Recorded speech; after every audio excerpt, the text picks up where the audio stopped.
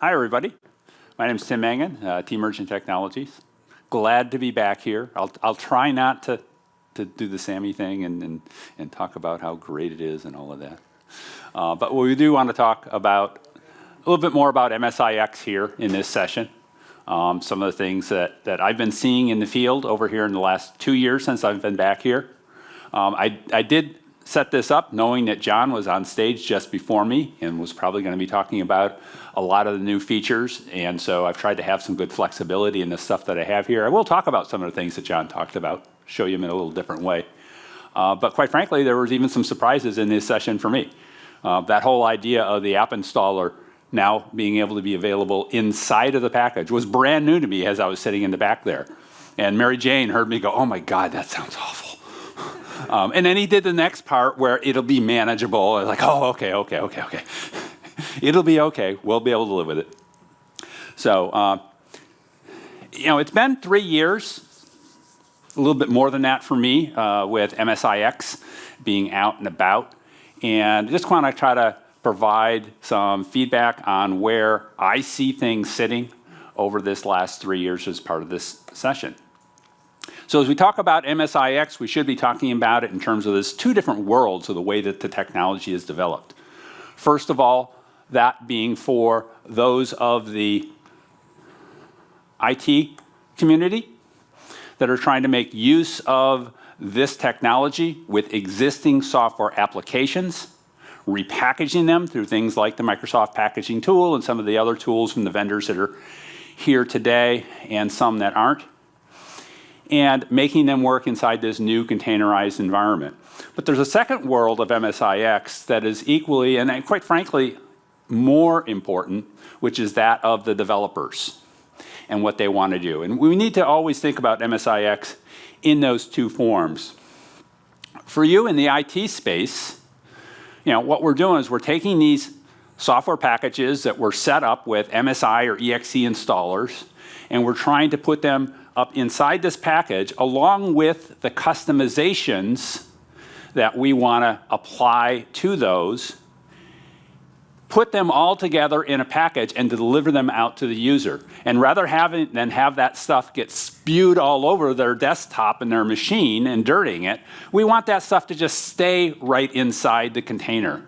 We want the benefits. Going back to what Sammy was talking about this morning, he had that slide that he talked about with Chris Jackson. It had that 3-part transition. And the last one is, I think, the most crucial thing. Getting to the point that we can securely run these applications and know that they're not going to do bad stuff to our systems. And getting them running inside the container is a very great way to do that. And that's why we want to go there. I actually want to share you a little story, right? So back in 2000, when we were creating Softricity and SoftGrid, which was the original AppV thing, we were trying to come up with our terminology and how we were going to call things. We ended up calling the thing that the AppV runs in, we called it the bubble. But we had a big debate. We had a guy in marketing.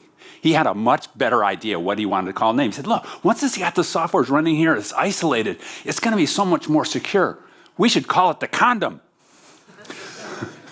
Thank goodness we shot him down.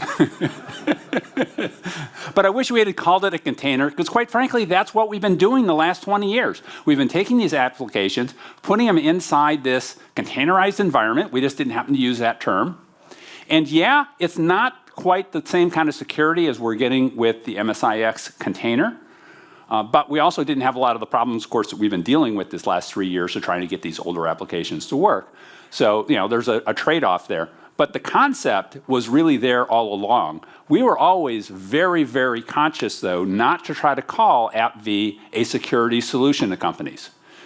Does it actually help? Is it part of the whole stack layer of making your systems more secure? Sure, it does. If something gets into an application you're running, even if you're running Internet Explorer with a Java plugin and something bad happens as a user's running that, if the fact that you're inside that AppV bubble probably means less bad things are going to happen to your systems than if it was running natively. And that's what getting these apps running inside the containers is all about. And that's part of why you should want to get there.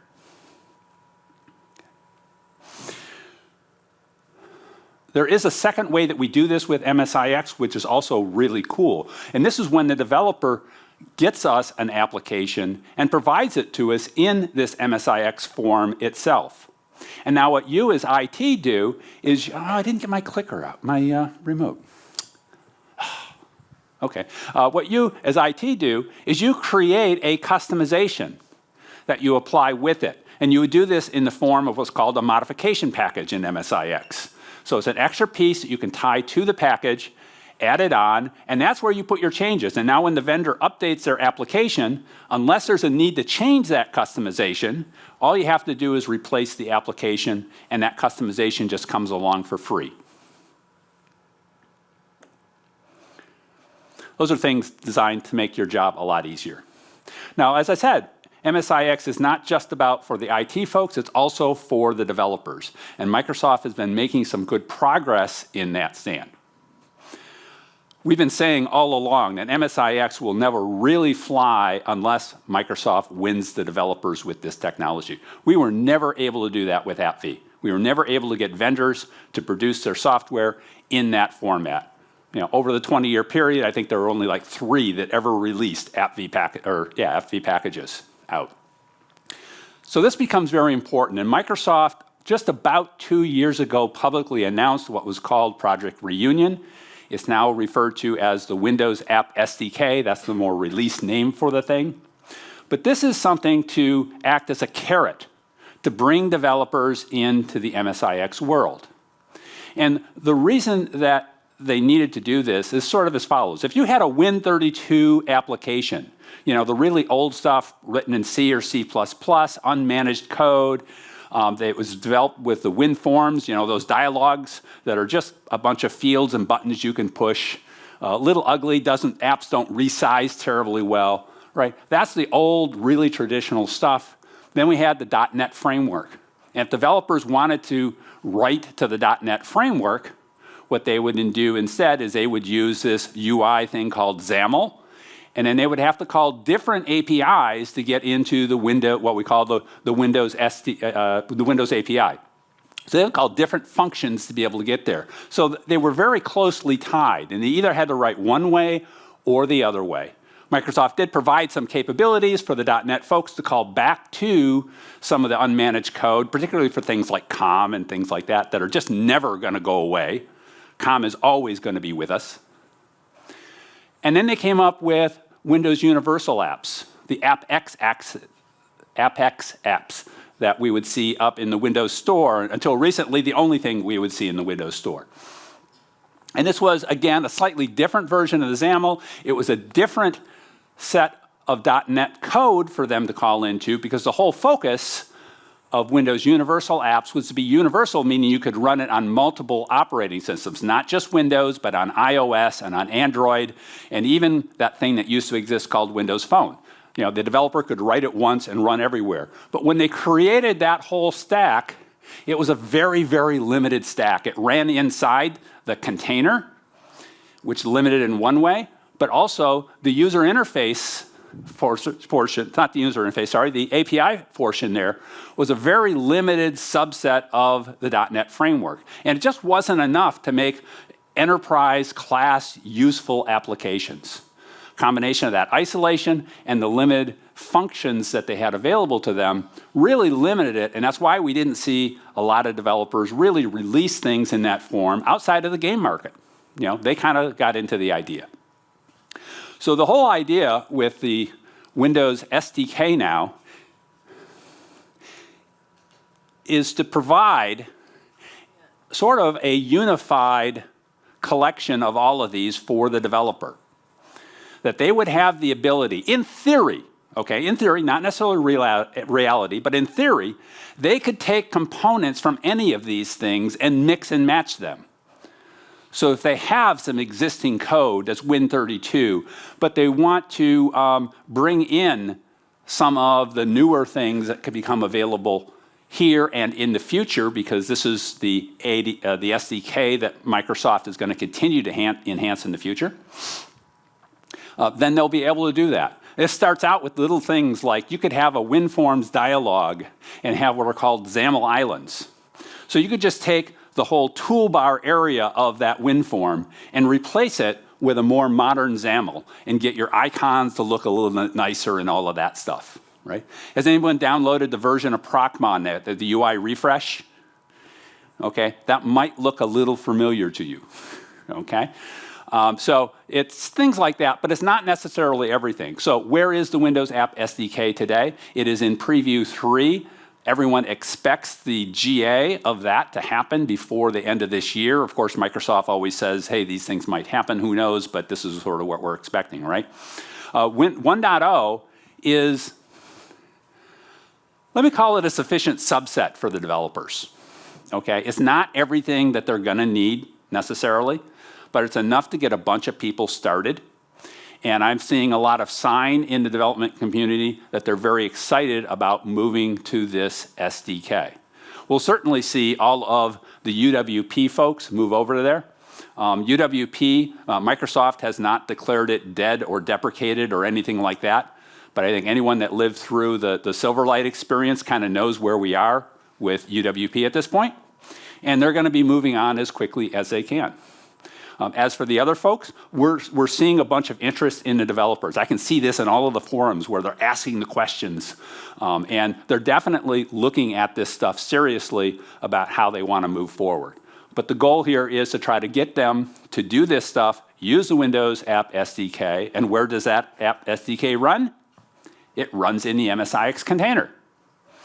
Now there is a slight variation on this that's got me concerned. I'm seeing a lot of interest in what people are saying are single app deployment things where they take this and actually don't run it in the container. And that's scaring me a little bit. I hope that doesn't get too far along and people get too excited about it. Among other things, it's going to create these huge dependencies for you because all of these components that kind of come along in the container, you're going to have to treat as dependencies and get natively put down. So you're going to be installing things like the App SDK and the WinUI pieces yourself manually as dependencies of these things. And we could very well end up in the VC runtime nightmare that we've lived with for the last 20 years. Okay, so one of the things that I've been doing the last few years has been writing the MSIX report card. So I do this roughly in the end of January type of time frame. You can download the latest one from last January off of my website at m6.conf.com. And in that report, I try to go through sort of a snapshot of where we are at that point of everything MSIX. The key piece of that is when I take a look at the application compatibility that I see in taking these existing applications and bringing them over to MSIX. So where are we in terms of app compat? Because that's the biggest question I get with a lot of users. So first of all, let me explain the way I talk about application compatibility. I use this term application fidelity when I look at app compat. And that's basically, it says that, look, if you're deploying this application today through an MSI or an EXE, and if you were to take that package and put it into MSIX and deploy it, would the users be upset? Would they be losing features and functionality that they depend upon to do their job? And that's my definition of application fidelity. Now, it's not necessarily the definition that you're going to use to decide whether or not this app is compat enough with MSIX. So we do try some additional ways to take a look at that. So basically, on an overall basis, we have this thing called the package support framework. So we have one way to package up the applications, like with the MSIX packaging tool that John talked about. But that doesn't bring in this package support framework. The PSF allows us to do a lot of special fixes to help these older applications work within the MSIX container. And so when we want to bring that in, that's usually a little extra work for us to do that. But just in terms of what did I see raw with applications, I found about 20% of the enterprise applications I look at, they work within MSIX pretty well. You know, there's some apps that are just good, easy apps, and they'll work no matter how you package them up. There's another 42% where we have fixes available within the package support framework to make those applications better. Doesn't mean the application will be full fidelity, because there could be additional problems behind the ones that we initially see. But there were about 38% as I started looking at this that we really had no chance of fixing it all at this point.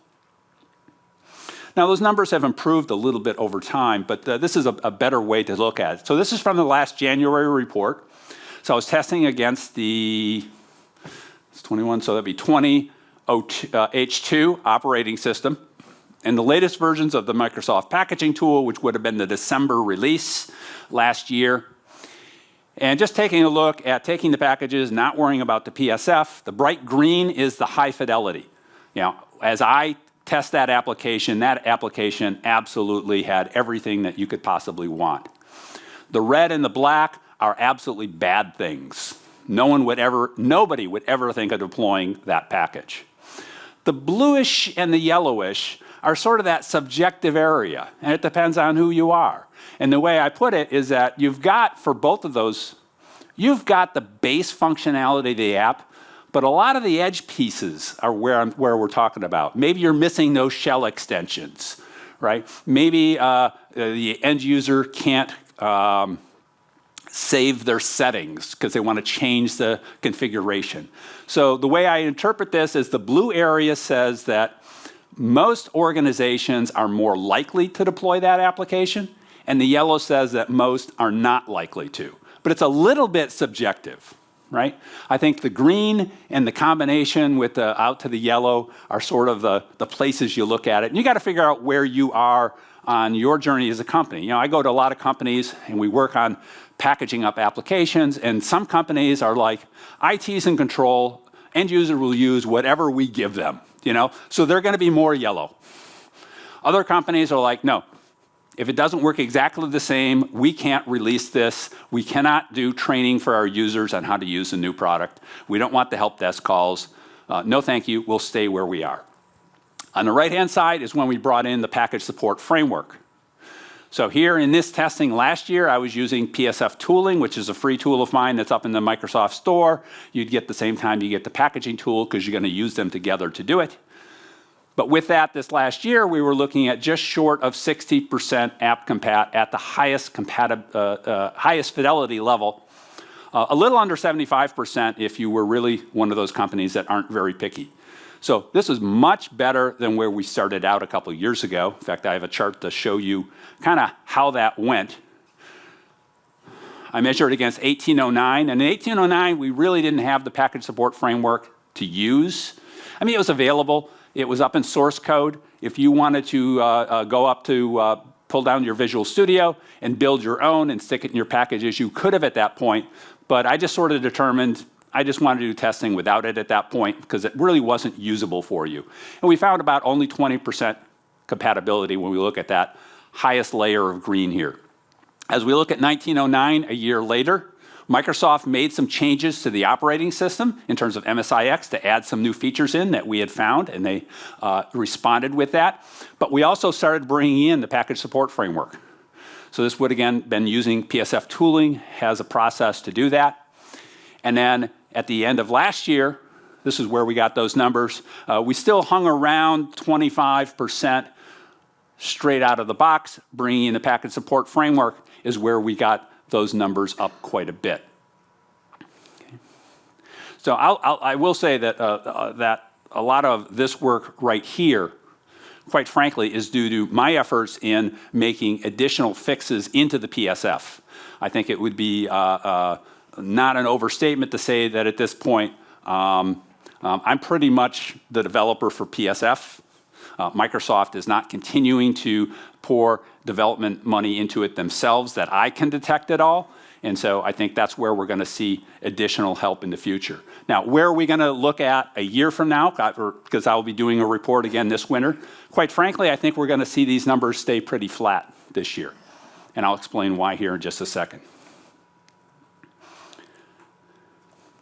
But first, I want to talk about this piece, because this is something. Now, first of all, this is not a real chart, okay? This is Tim just going on a piece of paper and drawing some lines, thinking this is what I think.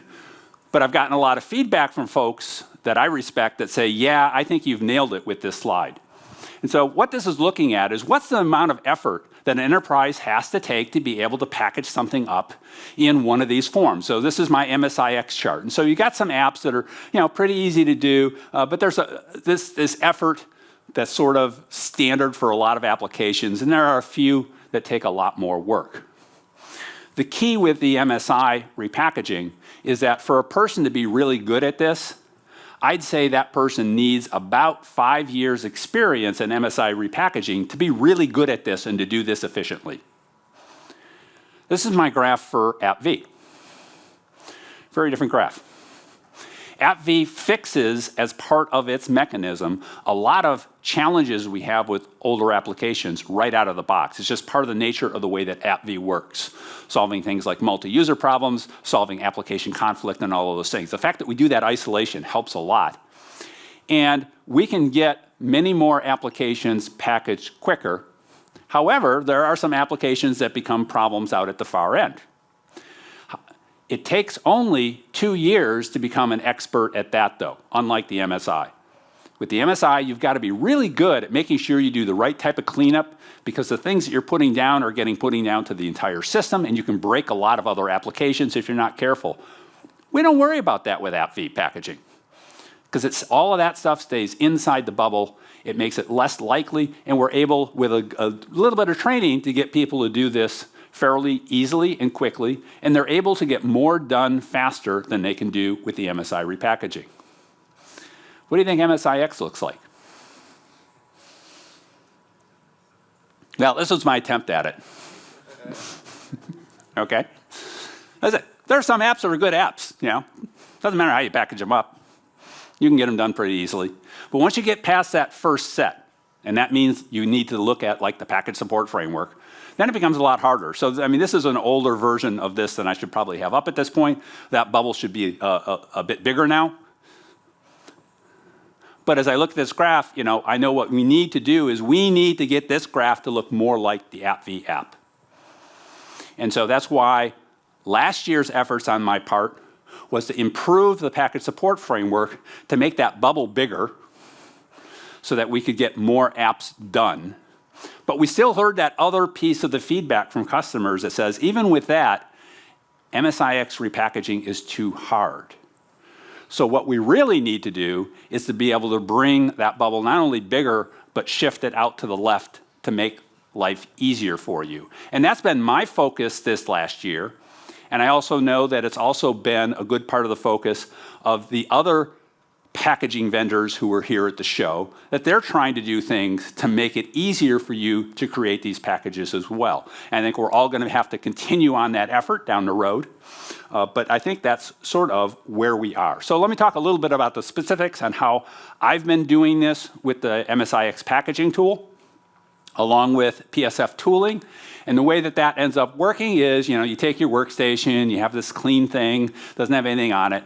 You run the packaging tool, you run the application installer, you run your customizations against that installer so you get the package the way you want. And then if it needs the package support framework, you, while in that monitoring mode, run this second tool called PSF tooling. And PSF tooling initially provided you the ability to, if you knew what you needed to fix, to bring in the package support framework pieces. So about 1.5 years ago, I started enhancing that tool to start doing some analysis. So first thing it would do is it would look at the application you just installed and recommend where it could find things and say, hey, you're going to need the file redirection fix-up. We're going to need to fix up your shortcuts. You're going to need this new dynamic library fix-up that I put in place because you don't have the app paths registration coming across anymore. So the application can't find its DLLs. So it would recommend these things and then stick them into the package for you, and we would finish off the package. And this was great, but it was limited. It was limited by mainly the support of the packaging tool itself. So as Microsoft wants to enhance MSIX and they respond to the thousands of community feedback posts I gave them about missing functionality, they add things into what is first the AppX manifest schema, and then they add it into App Installer and the support level of the operating system itself. And then hopefully, eventually, they add it to the Microsoft packaging tool to detect, oh, this app needs this feature, and puts it in. So it's this three-part process, and this is the gating item. And so there's a bunch of things that are available to us that, quite frankly, this tool still isn't ready to do yet, unless you want to do a lot of manual editing of that XML yourself. So we didn't really want to do that. So I created a new way to do that with a different tool called TMEditX. And the way I do this with TMEditX, must be one more click there. There it goes. Is we first just package up the app. Don't even worry about the PSF. Let that tool do what it does great. Let it create the initial version of the manifest. We then run it in the second tool, which is a full MSIX editor. It also has all of the analysis that was built into PSF tooling, plus a bunch more, because now there's many more things that I can fix up, because I'm not dependent upon the packaging tool to create the final manifest. So it'll recommend here are the things that you need to do, help you do that, bring those pieces in, save that off, and now you've got a package that has what you need in the package support framework. Now, there are still some things that this thing can't detect. There are applications that do weird things. Well, they didn't used to be weird things. They used to be perfectly normal things, right? You're an application, and you know you have some information under HKey, current user, software, vendor, whatever, and you want to make some changes under that area. Well, you open up the registry key, and then open up the value that's under it, and then you add something in there. Well, when you open up the registry key, most developers just ask for what is, in essence, full access to the key. And that's fine on an end user system, because that app should be allowed to do whatever it wants under the HKey current user. But at MSIX, they can't do that. They can only ask for read and write permissions, even if they have no intention to ever delete. If they ask for full access, it's asking for deletion permissions. It's asking for the ability to change the owner of the key. And MSIX simply will not allow that. So that isn't something that any of these tools can look at that application and figure out whether or not it's going to do that. How is it going to work with the registry? So for those things, you're still going to have to test the application, figure out you need that, and then if you do, then you'd have to come back to this tool and add in the reg legacy fix-ups that I added into PSF to solve that particular issue. So not perfect, but it is a little bit better. More importantly, what I've done this fall is to make this thing be command line scriptable. So now I have a setup in my lab. So those 70 apps that I'm going to run into January's test, those are fully automated packaged applications. So I have a script that I can run. I've got one script. It uses the auto sequencer from AppV, and it creates me 70 AppV packages, and I test those. I have another script, and it creates 70 MSIX packages using the MSIX packaging tool, using the remoting mode onto a separate VM. Actually, that one's cool. It works in parallel. There's some scalability issues, but I can do up to 4 packaging VMs at a time out of it. So I can do those 70 apps in less time than I can go play a round of golf.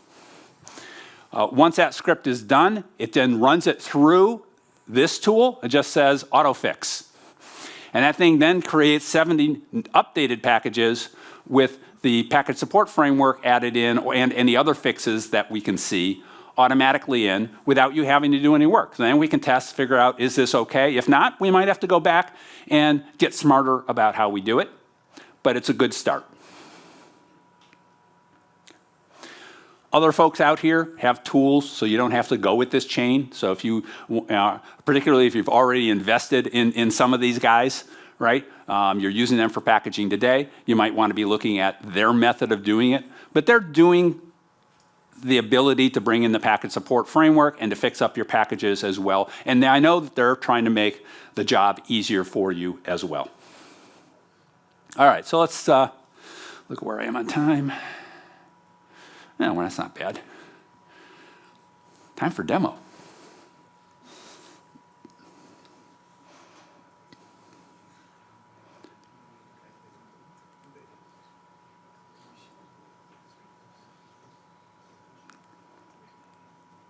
I shouldn't be connecting. That should have been up already. That's because I wanted to go here. All right, so let's take a look. Here we're on a Windows 11 system. I'm brave, I know. Along with TMEditX is a side tool. So those of you who know my tools from the AppV world, we had AppVManage, which is that sort of initial testing software. And then I had TMEditX, which was a package editor for TMEdit, no X on that, packaging tool for AppV packages. Thank goodness Mary Jane's here to keep me straight. And within TMEditX, they're actually together as two programs within the same package. This is called TM MSIX Manager, which is sort of the equivalent of the AppVManage piece. It took me a long time to decide to even build this tool because there are a bunch of other decent tools that were out there that I was using. MSIX Commander from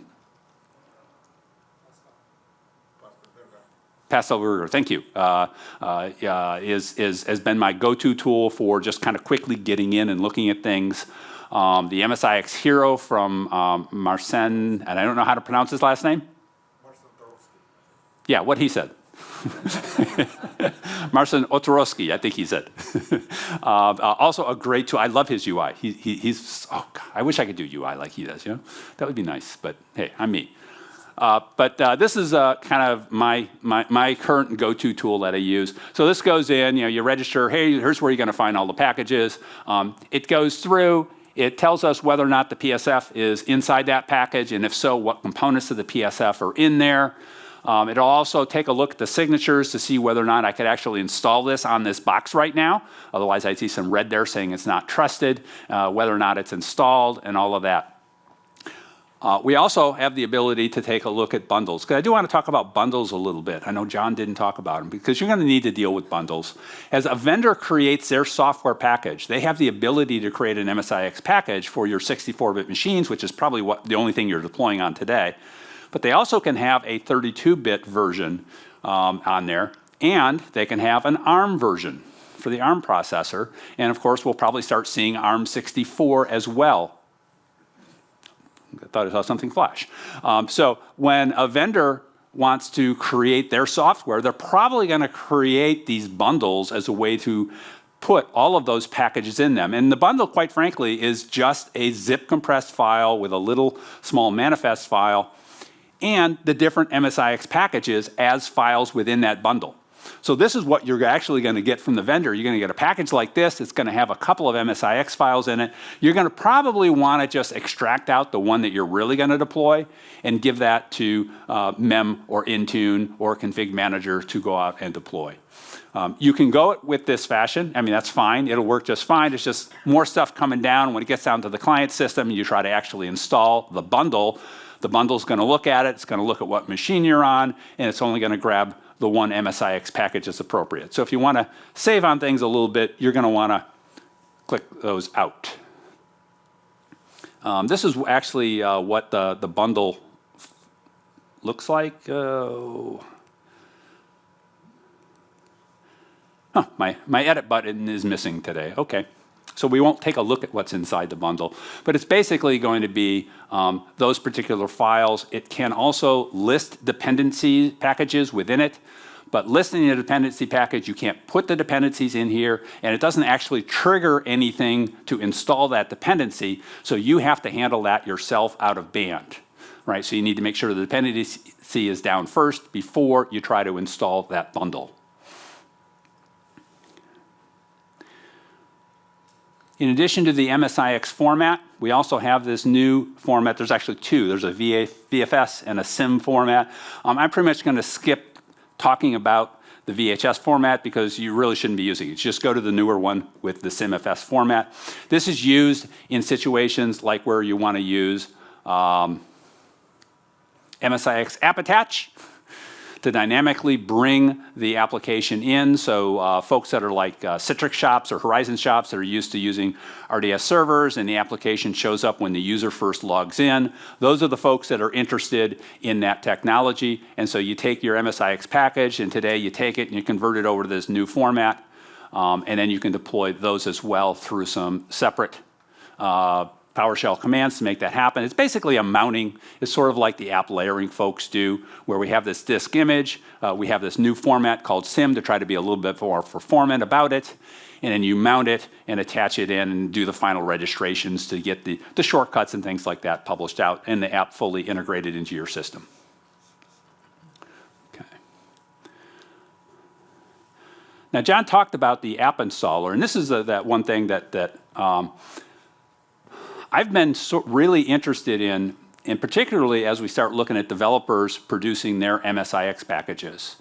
And what I had intended to say until John spoke this morning is that the right way for them to be releasing their software is if they don't want to put it in the Microsoft Store. The Microsoft Store has a couple of good attributes. One is, people can find it, assuming they have access to the store. I know a lot of your companies are turning that access off. But if you have access, it's great for that. So it's great for the marketing aspects and all that. But when someone gets the application, included in that is this updating mechanism that Microsoft built in. And the app installer is in essence, the version of that that's not using the Microsoft Store. So it gives us the ability to register here's my application, and here's where you should go check for updates. And it's the operating system that takes care of all of that. So it's not vendor-specific logic that they have to build into their code. And as they come out with MSIX, because their current update versions really won't work with MSIX. You can't reinstall the application. So what we're hoping is that they would release their software on their websites with an MSIX file and then an app installer file as a way to get that update experience. And for pushing out to consumers, that's probably what they want to have. They want the consumers hitting that app installer style install. But for the enterprise, you're probably not interested. And so you're going to want to find where the actual MSIX file is. And hopefully, I really hope the vendors will actually just give you 2 links. Sort of like they got their EXE links for consumers, but they tell you where to find the MSI version, right? That's what I want to see happen with the app installer external file and the MSIX file. Now that they're going to put it inside the package, that might kind of go away on us, because that's actually a better solution to have everything all in one spot, as long as you have the ability to control it. And John showed us some ability to control it, so that's good. But let me show you what that app installer file looks like, because I know some folks, such as myself, are already using this today as you go to grab stuff off of my website. So let me edit one of these that I created. And so what you can see here at the top of the file, control, there we go. Zoom that up a little bit. And move the Sammy mouse. There we go. All right, so we have the name of our app installer file. We'll have a version number associated with it there. But then there's this URL. And the URL says if I install the application with this app installer file, and all that is, it's the same XML command that you use to install the MSIX package, except you add a -app installer and this file instead. If you select the ability to do the update settings, then this file will be checked as dictated in those settings. And if this file changes up on its original source as referenced in that URI, then it will reread the file and implement the updates within it. So now when they have their MSIX package up there, you bring it down, install it with this file. It'll then go in and look either at the main bundle or main package to figure out where the MSIX file is, install that piece, and it'll keep coming back to that URL to look for updates. So all you have to do is update that file. So if you are interested in controlling when these updates happen, you can just ignore this file and go with the standard package, or when they turn this stuff inside the package, you'll have to do those other controls John showed today. So what kind of update settings do we have? Well, one of them is an automatic background. And that says that every 8 hours after the user has logged in, go check your applications for updates. This is exactly what the store does.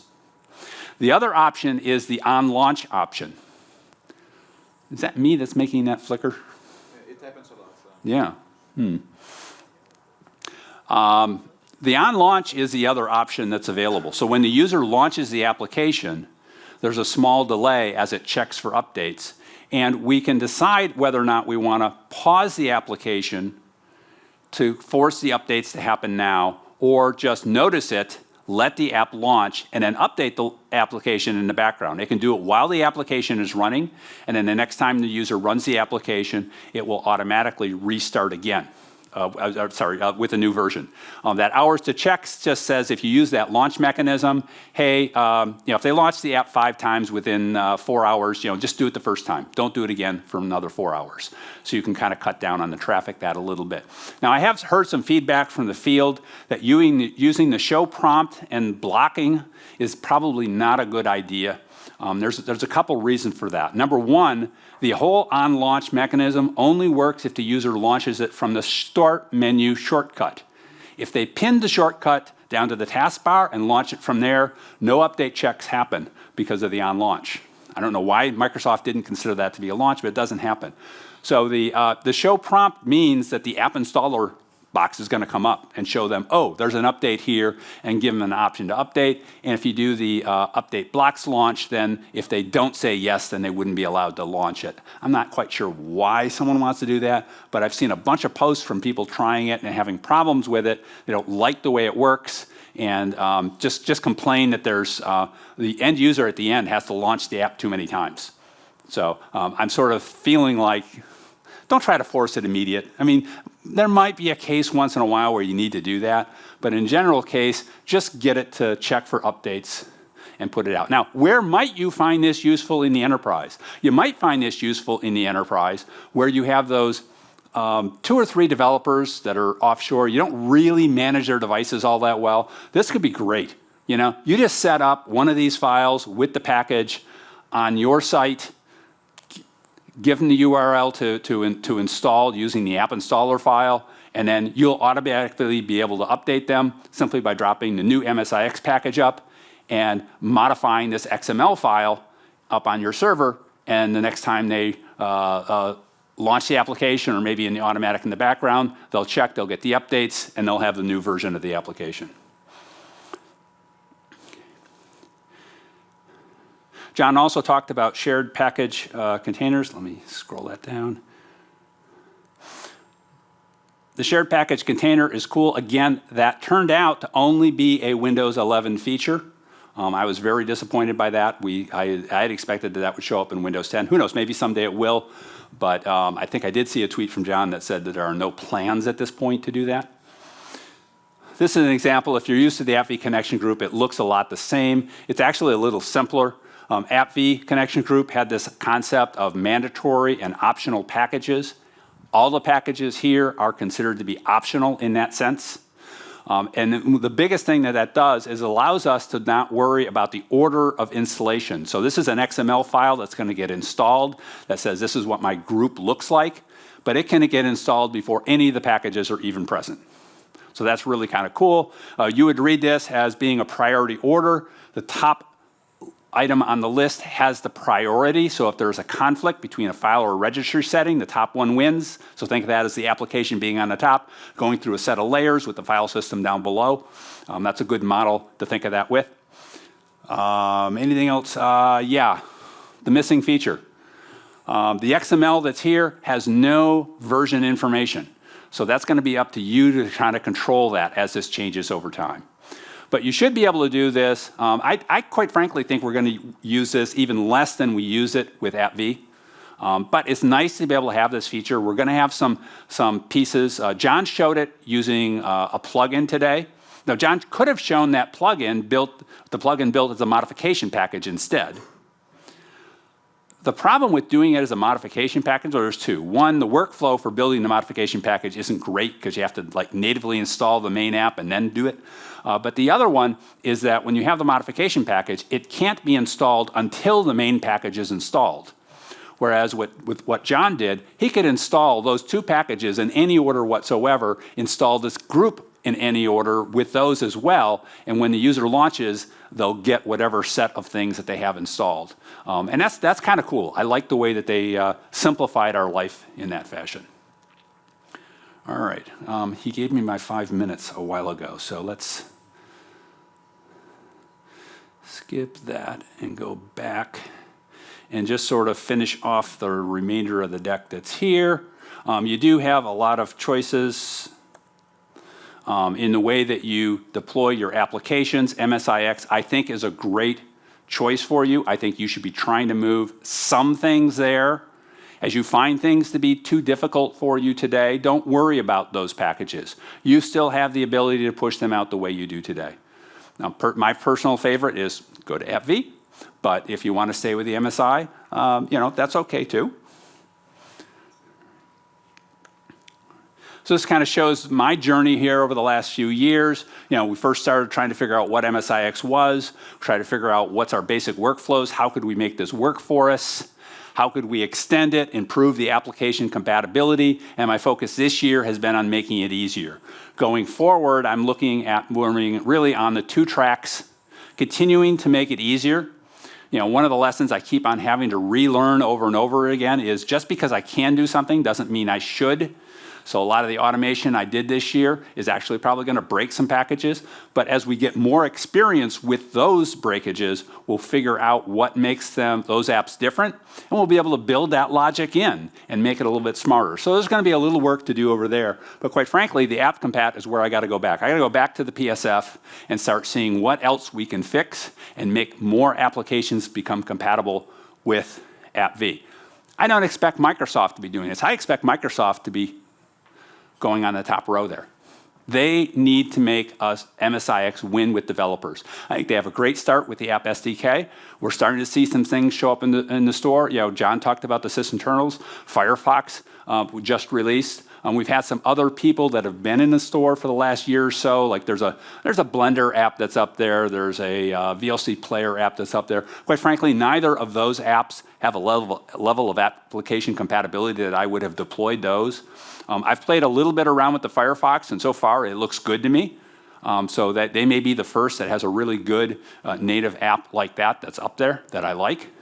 And I hope to see more of that. And that's where I really want Microsoft to focus. What we heard John talk about was really not about this stuff. He talked a little about the developers, but he also talked about the other glue stuff, right? And those are the 2 pieces that I think Microsoft needs to focus on. And if they focus on that and do a good job, I think we can do a good enough job to get the other stuff working, to make MSIX easier for you to use. Because you will be using it. I am absolutely convinced Microsoft is going to win the war with developers and get them to move over. It's going to take time. I was at the Microsoft conference when .NET Framework was initially announced out on the Redmond campus. That was in 2001. It was probably several years before we started to see the first .NET packages come out. Probably wasn't until 2005, 2006 when we started to become more mainstream for developers. And it's the same sort of thing with this new technology. These things, they're not going to jump overnight and change what they're doing. We'll probably see a lot of new software come out in this form, and older software maybe stay with some of the older. Hopefully they'll start getting into the App SDK, and we'll start seeing some more momentum on that front. But you're going to be dealing with this as the way to deploy applications in the future, and I really think it is going to make your systems better. All right, so I went well over my 5 minutes. I think we're probably due for lunch or something like that, so let's go do that. I'm around the rest of the day. Feel free to ask me questions. If you don't see me, find Mary Jane and she'll find me.